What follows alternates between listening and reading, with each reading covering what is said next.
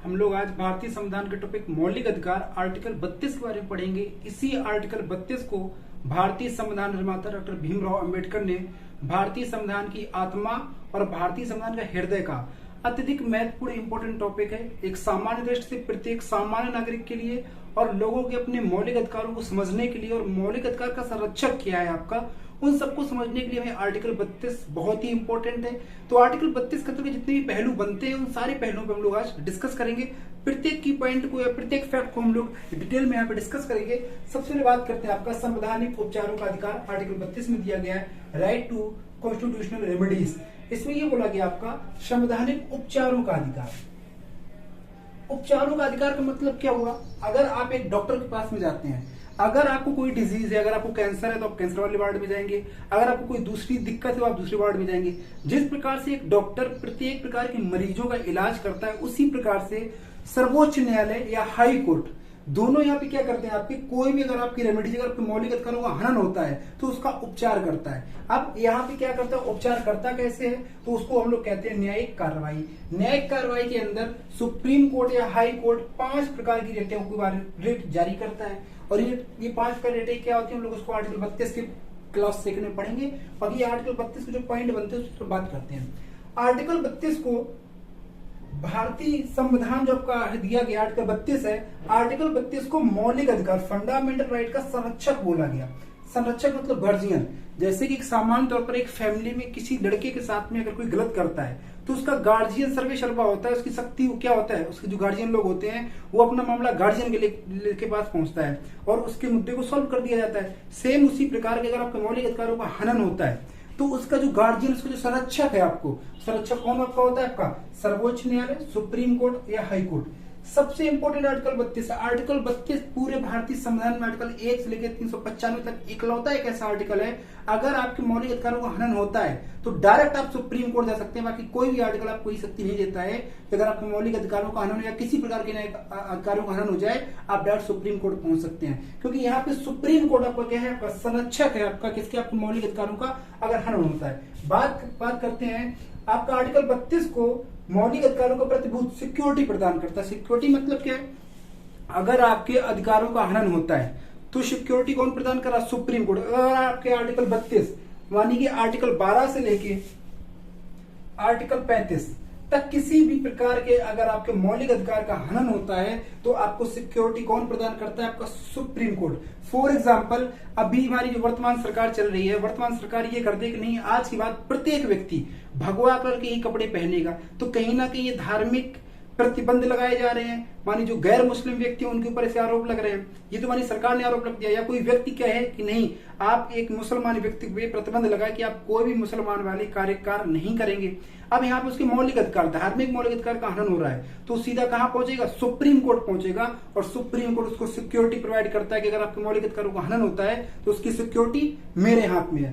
तो यहाँ पे आर्टिकल 32 जो है, आर्टिकल 32 मौलिक अधिकार को सिक्योरिटी प्रदान करता है। डॉक्टर भीमराव अंबेडकर ने आपके आर्टिकल 1 से लेकर 395 तक है, लेकिन भारतीय संविधान निर्माता डॉक्टर भीमराव अंबेडकर ने आर्टिकल 32 को भारतीय संविधान की आत्मा का, सोल ऑफ इंडियन कॉन्स्टिट्यूशन, इतना इंपॉर्टेंट टॉपिक है, उसको भी और आगे जब कंफर्म करेंगे तो आपकी चीजें क्लियर हो जाएंगी। तो आर्टिकल 32 को डॉक्टर भीमराव अंबेडकर ने सोल ऑफ कॉन्स्टिट्यूशन कहा और डॉक्टर भीमराव अंबेडकर ने हार्ट ऑफ कॉन्स्टिट्यूशन भी कहा आपका, मानी भारतीय संविधान का हृदय भी कहा। दो यहाँ वक्तत्व आए आर्टिकल 32 को लेके।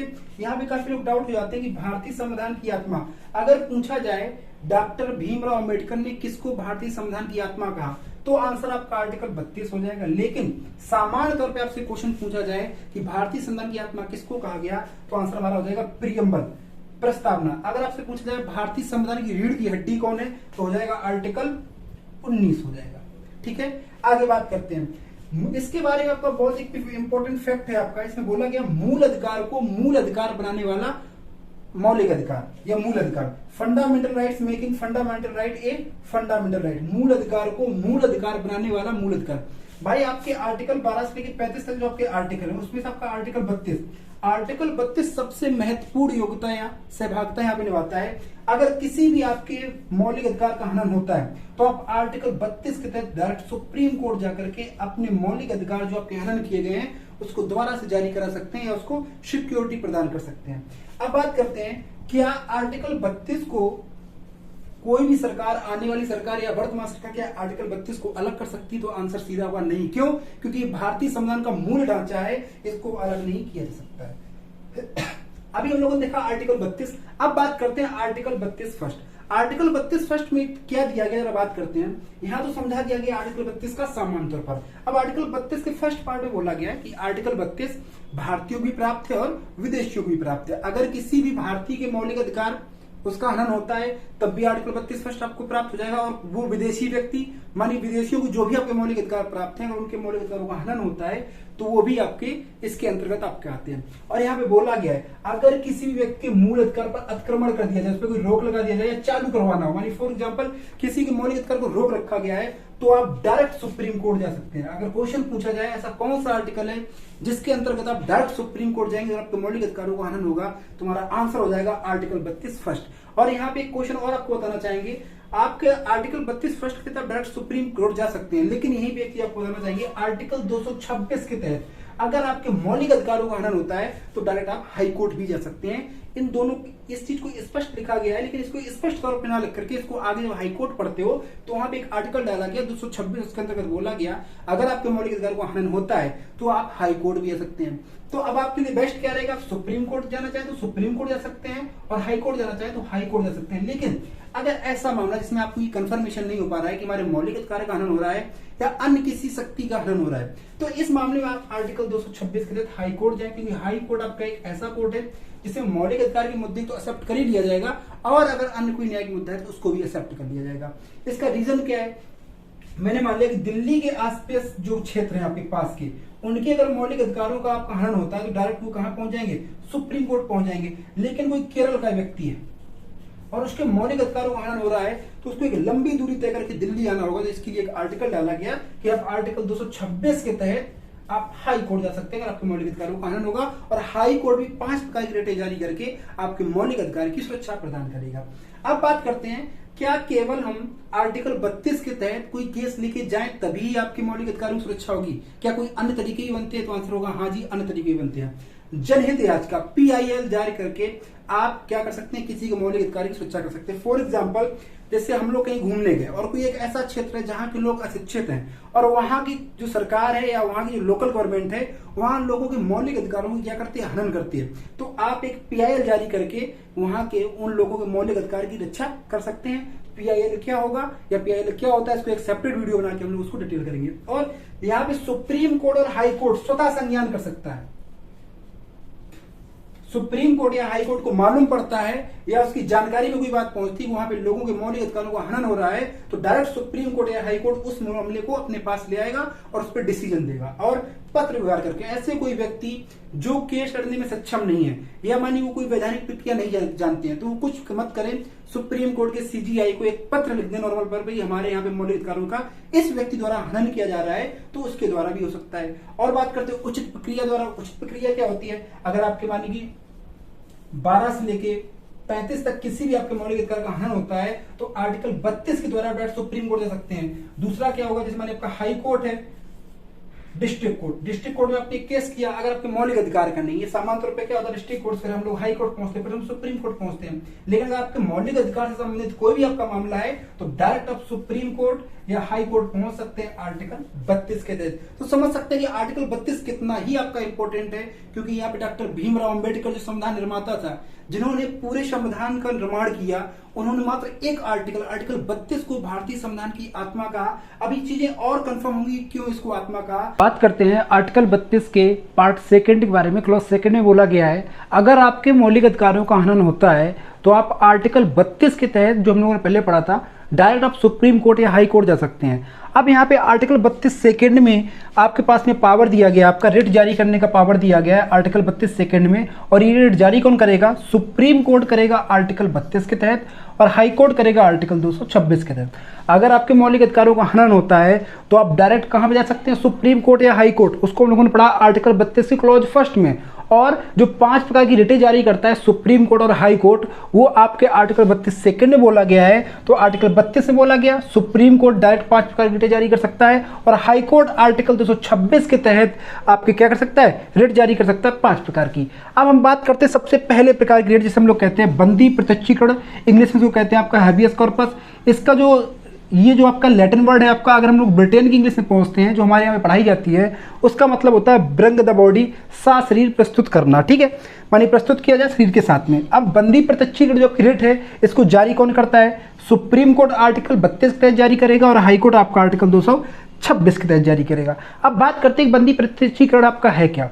फॉर एग्जाम्पल, आपको किसी व्यक्ति ने, आप किसी कंपनी में काम कर रहे थे और वो कंपनी के व्यक्ति अब आपको छोड़ नहीं रहे हैं, बोले आपको यहीं पे काम करना पड़ेगा, या आपको बिल्कुल डिटेंशन कर लिया, आपको वहाँ से जाने नहीं दे रहे हैं। तो आप अपनी किसी भी जो भी आपके समीप का व्यक्ति हो, या कोई जानकारी व्यक्ति हो, या आपके परिवार के, या आपके मित्र, उससे बोलो डायरेक्ट आप सुप्रीम कोर्ट चले जाओ और एक रिट जारी करवाओ बंदी प्रत्यक्षीकरण, उसके द्वारा उस व्यक्ति को छोड़ दिया जाएगा। या दूसरा तरीका कि आप क्या किया, आपने विधायक जी से पंगा ले लिया। अब विधायक जी की अच्छी खासी पहुँच थाने में, पुलिस वाले आपको पकड़ के ले गए, और वहाँ पे पकड़ के ले गए और 24 घंटे से ज़्यादा, कहने का मतलब 4 दिन हो गए और थानेदार ने आपको छोड़ा नहीं। अब विधायक है तो आप सामान्य तौर पे सोचिए कि विधायक के खिलाफ हम कैसे लड़ सकते हैं, लेकिन लड़ सकते हैं आप। आर्टिकल 32 आपके पास वो शक्ति देता है कि आप विधायक क्या, आप प्रधानमंत्री के खिलाफ भी लड़ सकते हैं, और एक सुप्रीम शक्ति है। क्यों? अब आप क्या करेंगे? आर्टिकल 32 का प्रयोग करेंगे और डायरेक्ट आप पहुंचेंगे सुप्रीम कोर्ट, और सुप्रीम कोर्ट में एक रिट जारी करेंगे कि हमारे व्यक्ति को, हमारे पड़ोसी को, या किसी व्यक्ति जो आपकी जानकार व्यक्ति है उसको अवैध तरीके से रोक रखा गया है। तो डायरेक्ट सुप्रीम कोर्ट या हाई कोर्ट आपको एक रिट जारी करेगा, उसका नाम आपका क्या होगा? बंदी प्रत्यक्षीकरण।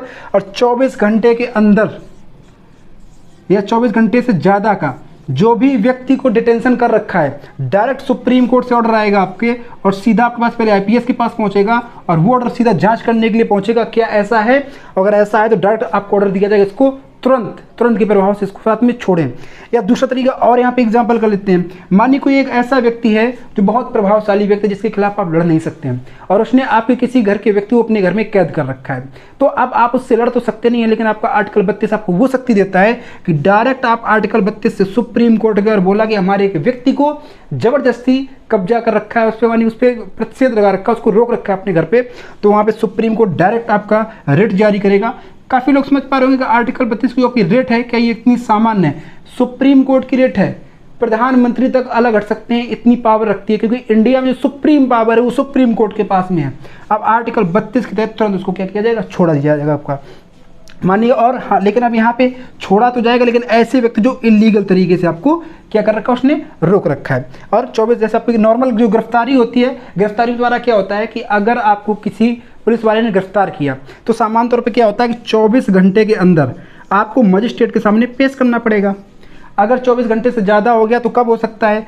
रास्ते का जो आपका टाइम लगता है उसके समय को छोड़कर, और अगर कोई छुट्टी पड़ गई उसके समय को छोड़ करके, उससे ज़्यादा अगर आपको डिटेंशन किया जा रहा है तो आप आर्टिकल 32 का प्रयोग करके डायरेक्ट सुप्रीम कोर्ट से रिट जारी करवाएंगे, और आप जो थाने में हैं या किसी व्यक्ति ने आपको कैद कर रखा है आपको गलत तरीके से, अवैध तरीके से, तो आप वहाँ से छूट जाएंगे। और अगर ये थाने मानी फॉर एग्जाम्पल थाने में आपको, किसी थाने में आपको कैद किया गया है और थानेदार ने ना छोड़ा, तो जब समय ये आपकी रिट जारी होती है तो कभी कभी पूरा का पूरा थाना निलंबित हो जाता है। तो इतनी ज़्यादा शक्ति रखता है। लेकिन 2 ऐसे केस होते हैं जहाँ पर इन चीज़ों को आपका आर्टिकल 32 जो बंदी प्रत्यक्षीकरण रिट है उसको आप जारी नहीं करा सकते। कब? अगर कोर्ट ने ही ऑर्डर दिया है कि हाँ इस व्यक्ति को क्या करो, कैद रखो, तो उस मामले में आप बंदी प्रत्यक्षीकरण की रिट जारी नहीं करा सकते हैं। या फिर आपने कोर्ट की अवमानना की है, इस मामले में आप नहीं कर सकते। तीसरा पॉइंट और होता है, अगर आपका लीगल तरीका है, कोई वैध तरीके से अगर आपको डिटेंशन किया गया है तो उसमें आप ये रिट जारी नहीं करा सकते। लेकिन सामान्य तौर पर, क्योंकि ये तो आपके लीगल केस हो गए, लेकिन अलीगल केस के अवैध तरीके से अगर आपको किसी प्रकार से डिटेंशन किया जाता है तो आप आर्टिकल 32 के द्वारा ये आप रिट जारी करवा सकते हैं, बंदी प्रत्यक्षीकरण। तो आज के बाद में सामान्य तौर पर जो व्यक्ति जानकारी न रखते हैं तो आर्टिकल 32 वो शक्ति देता है, विधायक, सांसद, कोई भी हो, उससे आप डायरेक्ट अपने सीने से लगा के उससे लड़ सकते हो, उससे कह सकते हो कि आप हमारे किसी प्रकार के जो अधिकार उसको डिटेंशन नहीं कर सकते, क्योंकि आर्टिकल 32 में वो शक्ति देता है कि हम डायरेक्ट सुप्रीम कोर्ट से क्या लाएंगे, रिट जारी कराएंगे। अगर आपके थाने में आपके साथ में इसका दुरुपयोग किया जा रहा है तो आप कुछ मत करें, सीधा आर्टिकल 32 का प्रयोग करके सुप्रीम कोर्ट जाना चाहें सुप्रीम कोर्ट जा सकते हो, और हाई कोर्ट जाना चाहें तो हाई कोर्ट जा सकते हैं। तो ये हो गई आपकी पहली रिट, बंदी प्रत्यक्षीकरण, इसको हम लोग बोलते हैं हैबियस कॉर्पस। अब हम लोग बात करते हैं परमादेश, मेंडमस। देखिए बंदी प्रत्यक्षीकरण आप तो सामने समझ में आ गया कि बंदी मानी जो बंदी है उसको प्रत्यक्षीकरण, उसको सामने लेके आओ। अब बात करते हैं परमादेश। परमादेश का मतलब क्या होता है, परमादेश, इसको इंग्लिश में बोलते हैं मेंडमस। इसका मतलब क्या होता है, वी ऑर्डर, हम आदेश देते हैं। आर्टिकल 32 के सेकेंड की जो सेकेंड रेट है आपकी परमादेश मेंडमस, अगर आप क्या करते हैं इसको किसके खिलाफ लेके जा सकते हैं, किन केस में लेके जा सकते हैं, जरा बात करते हैं। तो सबसे पहले अगर कोई एक, मैं मानता हूं कि आपको तहसील में कोई काम था, आप तहसील में गए और तहसीलदार ने बोला कि हम आपका ये काम नहीं करेंगे, है उसके न्यायिक क्षेत्र में, वो कार्य उसी का है, लेकिन वो बोल रहा है कि हम काम नहीं करेंगे, तुम्हें जो करना है वो कर सकते हो। तो क्या कर सकते हो, परमादेश, सुप्रीम कोर्ट से डायरेक्ट परमादेश जारी करवा सकते हो, रिट जारी करवा सकते हो। अगर कोई जो उसके न्यायिक क्षेत्र में या उसके कार्य क्षेत्र में काम आता है और वो काम नहीं करता है तो सीधा परमादेश जारी कर सकते हो, सस्पेंड भी किया जा सकता है वो। या कोई थानेदार आपकी रिपोर्ट नहीं लिख रहा है, कुछ मत करो, सीधा परमादेश, सुप्रीम कोर्ट आर्टिकल 32 के द्वारा रिट जारी करवाओ मेंडमस, सीधा उसको सस्पेंड कर दिया जाएगा अगर वो अवैध तरीके से कार्य कर रहा होगा। या कोई भी ऐसा सरकारी व्यक्ति जो उसके न्यायिक क्षेत्र का कार्य है लेकिन वो कार्य नहीं कर रहा है, तो आप सीधा उसके ऊपर क्या कर सकते हैं, परमादेश, इस रिट को जारी करवा सकते हैं, मेंडमस को। अब यहाँ पे आपको बात करते हैं, मानिए क्या ये रिट किन किन के खिलाफ में नहीं लाई जा सकती है, तो प्रेसिडेंट और गवर्नर के खिलाफ में मेंडमस रिट जारी नहीं कराई जा सकती। बाकी प्रत्येक प्रकार के आपके जो भी पब्लिक ड्यूटी करता है, सरकारी व्यक्ति, सरकारी जितनी नौकरी करते हैं, सबके खिलाफ में मेंडमस आपका जारी किया जा सकता है। अब इसको जरा समझते हैं, मानी फॉर एग्जाम्पल, एक यहाँ पे एग्जाम्पल मैंने आपको देखा, कोई टीचर है, आपने देखा होगा भारत में सामान्य तौर पर जितने भी सरकारी स्कूल हैं वहाँ पे पढ़ाई नहीं हो रही है। पढ़ाई क्या, मैडमें आ रही हैं अपनी आपस में बातें कर रहे हैं, पहली बात तो आती नहीं है, अगर आती है तो आपस में बात करें, पढ़ाई सही से नहीं कर रहे हैं। अगर कोई भी शिक्षक अपना कार्य सही से नहीं कर रहा है तो आप मेंडमस जारी करवा सकते हैं। या दूसरी चीज़ यहाँ पे कि मानिए कि टीचर को पढ़ाना है लेकिन पढ़ा चपरासी रहा है, तो उसके लिए हम लोग आगे वाली रेट बात करेंगे। तो मानिए शिक्षक अगर अपना काम सही से नहीं कर रहा है तो क्या कर सकते हैं, आप मेंडमस जारी करवा सकते हैं। या कोई डॉक्टर अपना सही से काम नहीं कर रहा है, या कोई भी सरकारी कर्मचारी जो उसका कार्य क्षेत्र वो कार्य नहीं कर रहा है, और अगर आप उसके पास में जा रहे हैं, उसका कार्य है, अगर आपको तहसीलदार के पास जाना है कि आपको क्या करना है, आपको इनकम सर्टिफिकेट बनवाना है, साइन करवाना है, और वो काम नहीं कर रहे हैं, आप डायरेक्ट मेंडमस के तहत क्या कर सकते हैं, सुप्रीम कोर्ट या हाई कोर्ट से इस रिट को जारी करवा सकते हैं। तो परमादेश को आप समझ चुके होंगे। अब हम लोग बात करते हैं अधिकार परीक्षा क्यू वारंटो। इसका मतलब होता है योग्यता की जांच करना। इसको आपको समझाना चाहेंगे।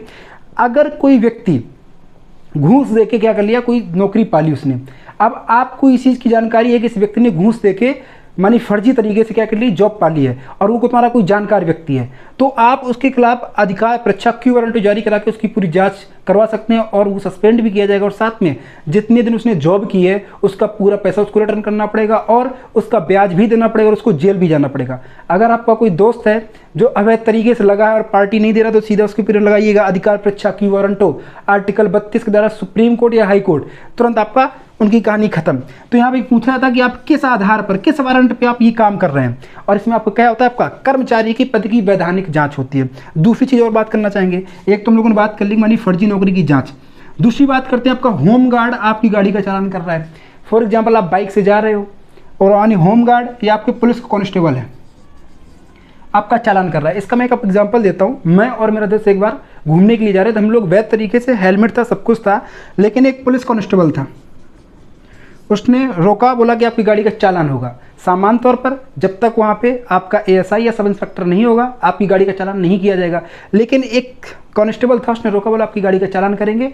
तो मैंने साफ तौर पे बोल दिया कि आपके पास ये तो अधिकार है नहीं। ज़बरदस्ती वो थाने में लेके चला गया। थाने में बैठे थे सीओ साहब, तो सीओ साहब से हमने एक चीज़ स्पष्ट बोली कि आप हमें ये बताइएगा कि ये किस आधार पर ये हमारे गाड़ी का चालान कर रहे थे या जांच कर रहे थे। हाँ, अगर हम कोई अवैध तरीके से कोई कार्य कर रहे थे वहाँ पे आप हमें रोक सकते, वो कार्रवाई कर सकते हैं, लेकिन चालान करने के पास में इनके पास में शक्ति नहीं है, क्योंकि मैंने उनको बताया कि आर्टिकल 32 के द्वारा रेट जो आपकी क्यू वारंटो है, इसके तहत मैं डायरेक्ट सुप्रीम कोर्ट जाऊँगा। क्योंकि सीओ और एसआई जो होते हैं, समझदार होते हैं, पढ़े लिखे लोग होते हैं, उन्होंने तुरंत छोड़ा और तुरंत अपने उस सिपाही को डांटा, क्योंकि अधिकार परीक्षा साफ तौर पर है कि कोई व्यक्ति जो कार्य क्षेत्र उसके कार्य में नहीं आता है, उसकी श्रेणी में नहीं आता है, वो उस चीज़ की जांच नहीं कर सकता। सामान्य तौर पर आपने देखा होगा आरपीएफ वाले, रेलवे प्रोटेक्शन फोर्स वाले, ट्रेन में अगर आप सफ़र कर रहे हैं और आपसे पूछने लगेंगे अपना टिकट दिखाओ, तो क्योंकि टिकट दिखाना उसके अधिकार क्षेत्र में नहीं है, तब भी आप क्या कर सकते हैं, आप इस रिट को जारी करवा सकते हैं आपका। अब या फिर कोई ऐसा व्यक्ति जो उसके अधिकार क्षेत्र में है ही नहीं, मानी फॉर एग्जाम्पल थाने का चपरासी तुमसे कहे कि ऐसा करो वरना ऐसा कर दे, रीजन क्या उसके अधिकार क्षेत्र में नहीं है, तो आप क्या कर सकते हैं, अधिकार परीक्षा जारी करा सकते हैं। और यहाँ पे आपको चीज़ें बताना चाहेंगे अधिकार परीक्षक द्वारा। मानी फॉर एग्जाम्पल आप सरकारी हॉस्पिटल में गए, सरकारी हॉस्पिटल में क्या डॉक्टर साहब है नहीं और वहाँ का जो चपरासी है वो आपको इंजेक्शन लगा रहा है, तो ऐसी स्थिति में भी अधिकार परीक्षा आप रेट जारी करा सकते हैं। तो हम लोगों ने अभी 3 रेटें देखी, बंदी प्रत्यक्षीकरण, परमादेश और अधिकार परीक्षा। 2 रेटें हम लोग और देखते हैं, अगर इसका स्क्रीनशॉट लेना चाहें तो ले सकते हैं। बात करते हैं रेट नंबर 4 से बोला गया प्रतिषेध प्रोहिबिशन। अभी तक हम लोगों ने जो रेट पढ़ी आपकी पहली, दूसरी और तीसरी, ये तीनों आपकी किसके लिए थी, आपकी जो भी आपके गवर्नमेंट व्यक्ति, सरकारी व्यक्ति उसके लिए। पहली वाली आपकी गवर्नमेंट वाली थी और लोकल सामान्य व्यक्ति के लिए थी आपकी। लेकिन जो अब चौथी और पांचवी है आपकी, ये आपकी केवल कोर्ट के लिए है। ये आपकी दोनों रेटें, रेट नंबर चौथी और रेट नंबर पांचवी, मानी जो रेट नंबर आपकी प्रतिषेध और रेट आपकी उत्प्रेषण, ये दोनों कोर्ट के लिए है। बात करते हैं प्रतिषेध। प्रोहिबिशन में क्या होता है, प्रोहिबिशन का मतलब होता है रोक देना। तुमने सामान्य तौर पर देखा होगा व्यक्ति स्टे ऑर्डर ले लेता है। स्टे ऑर्डर क्या होता है, यहाँ पे स्टे ऑर्डर पे एक फॉर्मेशन होता है कि अगर किसी भी अपर कोर्ट को लगता है कि उसकी लोअर कोर्ट के अधिकार क्षेत्र में ये काम नहीं, तो उसको रोक लगा देती है। फॉर एग्जाम्पल जैसे यूपी और बिहार के बीच में कोई केस हुआ, लेकिन वो केस था यूपी का और वो बिहार हाई कोर्ट में चला गया, तो सुप्रीम कोर्ट इस चीज को रोक देगी। या फॉर एग्जांपल मैं मान लेता हूं कि कानपुर नगर और कानपुर देहात, इसके बीच का केस था, लेकिन ये कोर्ट का जो मानी केस चल रहा वो कानपुर देहात में चल रहा, तो हाई कोर्ट इस पर रोक लगा देगा कि भाई आपकी ये अधिकार क्षेत्र में नहीं है। और जो आपका ये स्टोर लगता है, ये तब लगता है जब केस आपका चल रहा होता है, तो ये आपको क्या होता है, कोर्ट का होता है। अब बात कर लेते हैं उत्प्रेषण। उत्प्रेषण का मतलब क्या होता है, टोटली सूचना देना होता है, मानी कंफर्मेशन, जब आपका केस कंफर्म हो जाए। और इसको जरा एक पॉइंट आपको और समझा देते हैं फाइनली आपको समझाने के लिए। फॉर एग्जाम्पल एक कोई केस हुआ और वो केस आपका डिस्ट्रिक्ट कोर्ट में चल रहा है और डिस्ट्रिक्ट कोर्ट ने आपको सजा सुना दी कि आपको मृत्युदंड दी जाएगी, तो अभी आपके पास में टाइम है, आप अपना केस हाई कोर्ट में लड़ेंगे, जाके सुप्रीम कोर्ट में लड़ेंगे। हाँ, सुप्रीम कोर्ट के बाद अगर सुप्रीम कोर्ट का ऑर्डर आ गया कि नहीं फांसी तो फांसी, तो फांसी होगी। मतलब इसमें कार्य क्षेत्र की बात होती है। अब बात कर लेते हैं उत्प्रेषण। उत्प्रेषण बिल्कुल सेम ही है, बस थोड़ा सा यहाँ पे डिफरेंस है। डिफरेंस क्या है कि सबसे पहले अगर आपको कुछ मानी केस जो है वो लोअर कोर्ट में चल रहा है, तो लोअर कोर्ट का केस कहां पहुंचेगा, आपका हाई कोर्ट। लोअर कोर्ट में जैसे आपका क्या हो गया, आपका डिस्ट्रिक्ट कोर्ट आपका हो गया, हाई कोर्ट से कहां पहुंचेगा, सुप्रीम कोर्ट पहुंचेगा। लेकिन ये सुप्रीम कोर्ट में ये ऊपर क्यों पहुंचेगा, लोअर कोर्ट से हाई कोर्ट सुप्रीम कोर्ट, तो उसमें 3 चीजें देखी जाती हैं कि अगर उसके क्षेत्राधिकार में नहीं है, मानी फॉर एग्जाम्पल कानपुर नगर और कानपुर देहात के बीच का मुद्दा चल रहा है और दोनों के अधिकार क्षेत्र कंफर्म नहीं हो पा रहा है, तो ये कहां पहुंच जाएगा, आपका हाई कोर्ट में पहुंच जाएगा, मानी क्षेत्राधिकार वाले देखा जाएगा। या फॉर एग्जाम्पल कानपुर देहात में एक अनुचित न्याय कर दिया, गैर तरीके से उसको मानी गलत साबित कर दिया गया, अनुचित न्याय है, तब भी इस केस को अपने पास ले आएगा।